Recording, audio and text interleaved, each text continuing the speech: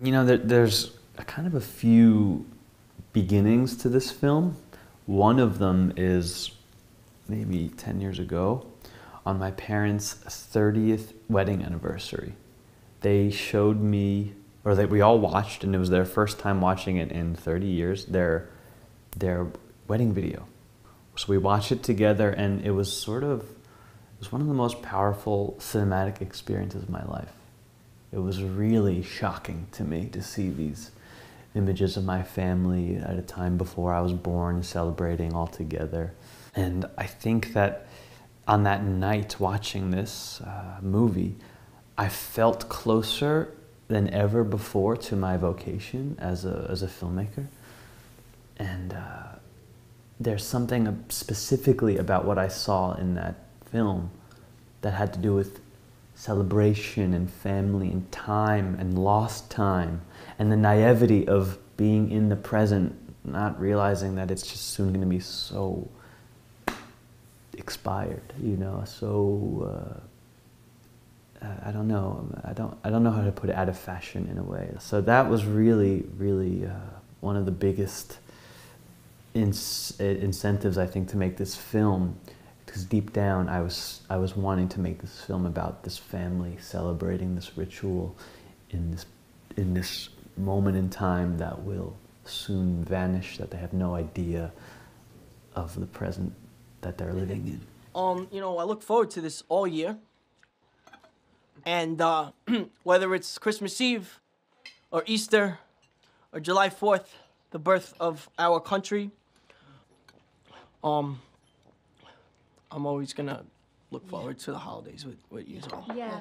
Yes. You know, early on in my path, I started, as a cinema lover, I started noticing these certain movies got to me. They interested me the most. These were the movies that sort of privileged atmosphere over narrative.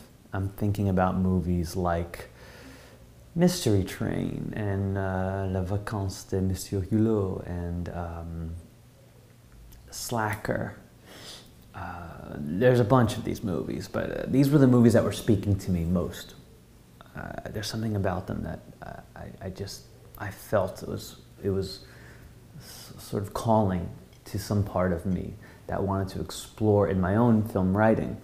And when I started to make my own films, I realized that I was making something that I later thought of as like an ecosystem movie, where the narrative is not a character going through XYZ changes that does this to this or that to them, but a series of characters navigating through an environment. And it's a sort of the cameras look at these different characters, the way that we collect sort of information from them becomes the story.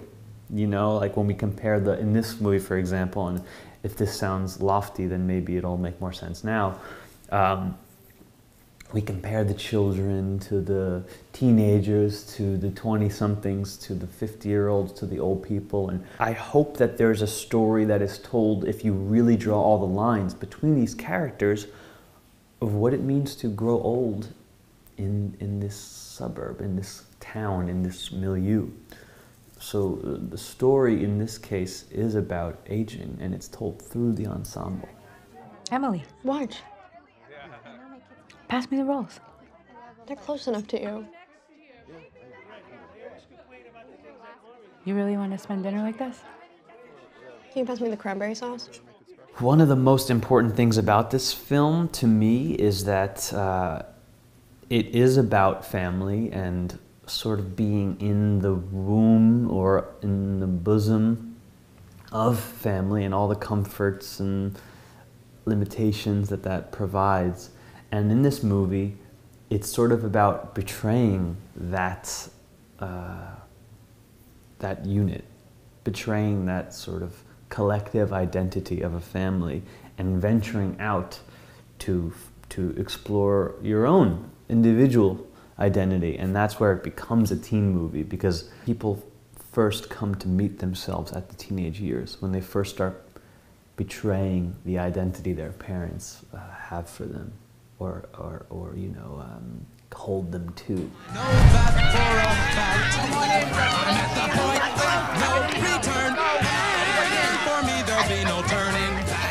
Well, when it comes to making films and casting and playing with these sort of personalities, I really think of someone like Vittorio De Sica, where he believes that everyone can play themselves. You know, like I cast people because I think that they're so beautiful and they make me feel all these different things. So I think any sense of depth to be felt in these characters is probably just due to that. However, what you say is interesting about a sort of archetypal presentation of a character gaining depth throughout the film, because that's something that I think Eric Berger and I, and Kevin Anton for that matter, the three of us are sort of the brains of these films together. But we start off with, for Ham on Rye and for Christmas Eve in Miller's Point, we start off with a familiarity. We start off with, let's just call it a John Hughes. It's a Home Alone, it's a Breakfast Club or whatever. And it's a territory we all know. And I think what excites us in this 2020s is that we dive into abstraction from this starting off point of the familiarity. And I think a lot of depth is gained in that way, in sort of perverting the normality that the cinema of let's just call it, let's just reduce it to the word John Hughes. Just sort of taking that and twisting it and bringing something unexpected and, in my view, something even psychedelic to that is, that's where we really gain a lot of our excitement for these movies.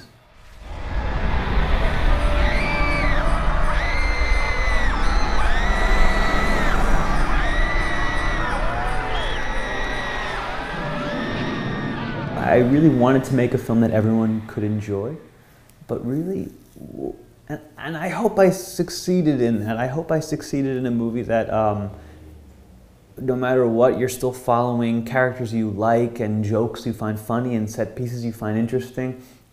But really, when I think about this movie, what appeals to me is something that I have a hard time putting into words.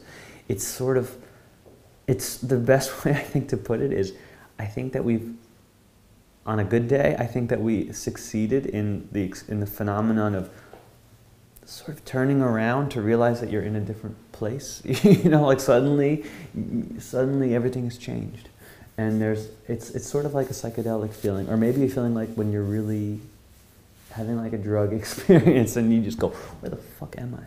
That's kind of what I want this movie to do. By the end of it, I want you to be like, whoa, I just totally didn't realize that we've gone all this way, and I don't know why. So that's not something I think mass audiences want to experience, or I don't know. It's not for everybody.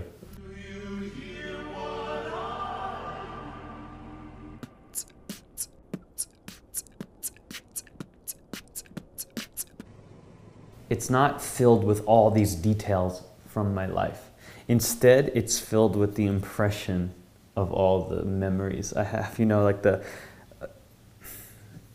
it's not one-to-one. Instead, it's looking at these objects, knowing that they mean a lot to this family because they've lived through so much. And what's interesting is that a lot of the props and decorations were sourced from my town. So a lot of different people donated temporarily their Christmas decorations and and such to this film. So this house is filled with those objects for the whole town. It's kind of interesting when you think about it. That like if it's true what the Japanese say about these objects having like ghosts and associations and memories floating around them, then that house was buzzing with them. So it's very much about memory, but not in a way that's literal to me. Again. Yeah, that's Cousin Ricky.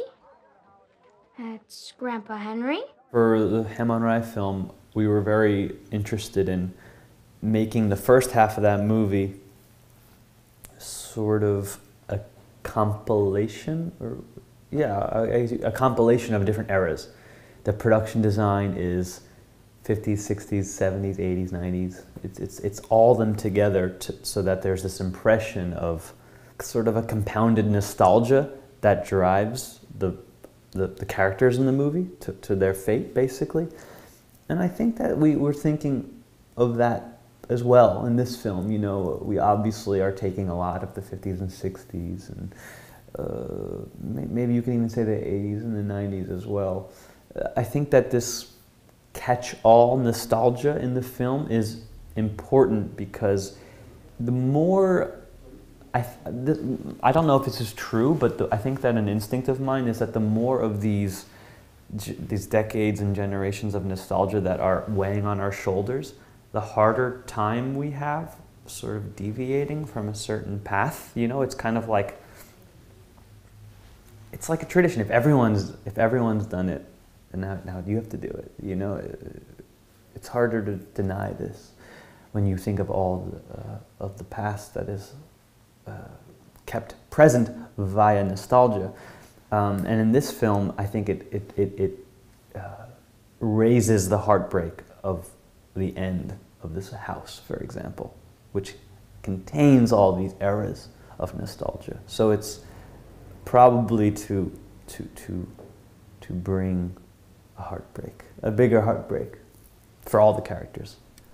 America is a multifaceted place. I mean, the suburbs are pretty pervasive, and the suburban experience is pretty pervasive. However, it's only one expression and manifestation of America. So I can really only speak for the suburban experience because I know it very well. So there is a universality amongst suburban America. However, there is a very specific experience of Long Island, where I'm from and where this movie was shot.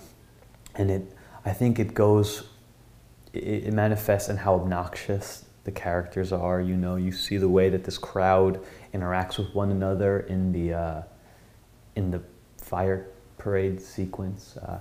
Although it sort of reminds of Fellini, it also really reminds of Smithtown, where I'm from. The people there they're such clowns, you know, they're really just, and mind you, speaking of Fellini, a lot of these people in Long Island are Italian Americans. And there's things like that. Even the fire truck sequence, like that's a Long Island happening. The fire trucks passing with Santa Claus, like this happens only on Long Island, and there's a lot of things in this film that I think people in that area are going to identify as very specific to them. The police officers, played by Michael Cera and Greg Turkington in this movie, it is a very risky and sort of intuitive writing in this film, and I'm really glad that it works, because I believe it does. I don't want to over-explain their presence in the film, but I will say that, because it's fun to think about, and it's only just my interpretation, but it is a game, this film. The game is, you are born in the house and you live in the womb and you grow there, and a lot of people in the family don't really leave. You know, they stay there and that's where they live, that's where they die. Maybe they'll have their moment leaving, maybe not. But the teenagers in this film are having their moment leaving. They get out there and now they're exploring something else. They're exploring their individual selves. They're exploring via transgression, via rebellion, cutting the umbilical cord, and they leave the house and it's cold but it's exciting.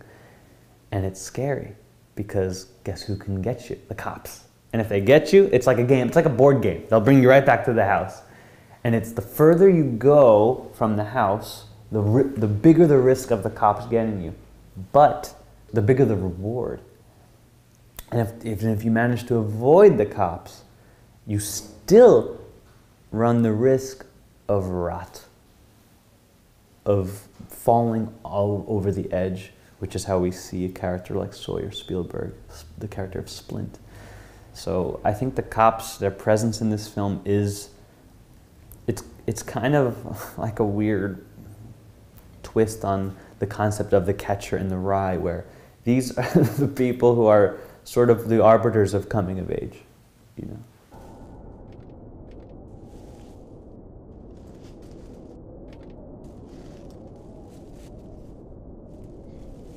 I think their presence is important to me because it is the exact antithesis of the warmth of the family. It is the warning to those who travel too far from home.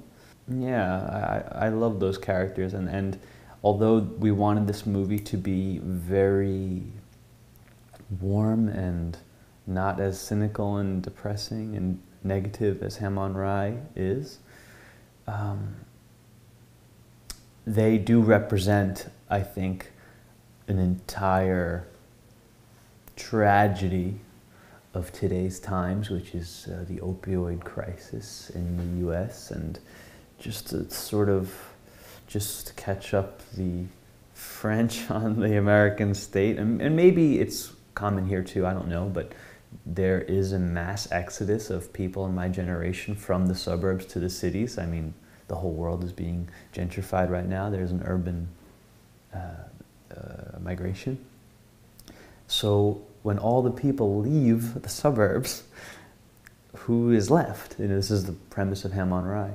And I think about this a lot because I think it's common to associate, and I'm not sure how true it is, but I think it is true to associate the people who remain in the suburbs of my generation with pain, with suffering, with depression, with addiction. You know, while it might not be a blanket statement, I'm sure it's not. Obviously, it's not. It is an experience that is out there, and these people in this film, this trio of characters who you mentioned, are standing in for this reality.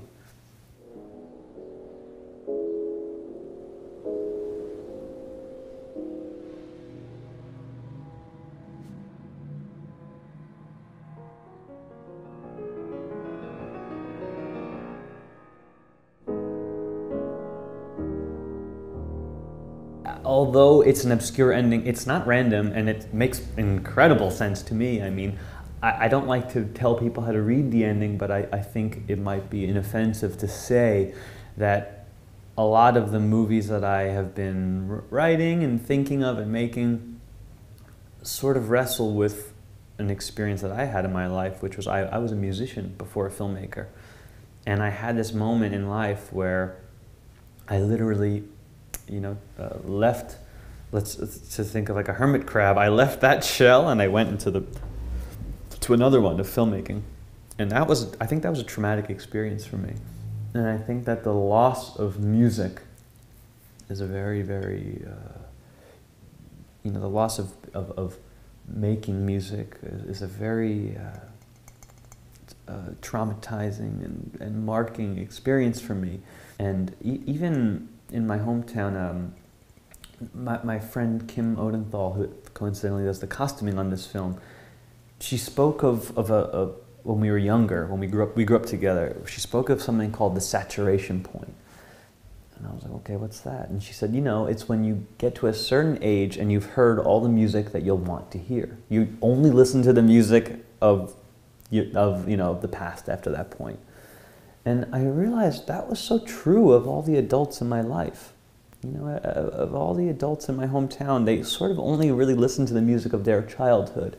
So this saturation point phenomenon, it really does scare the hell out of me. And I think that it's a big genesis of this movie, actually, and of this ending as well, of just sort of the limitations of our own growth. Let's just say it that way.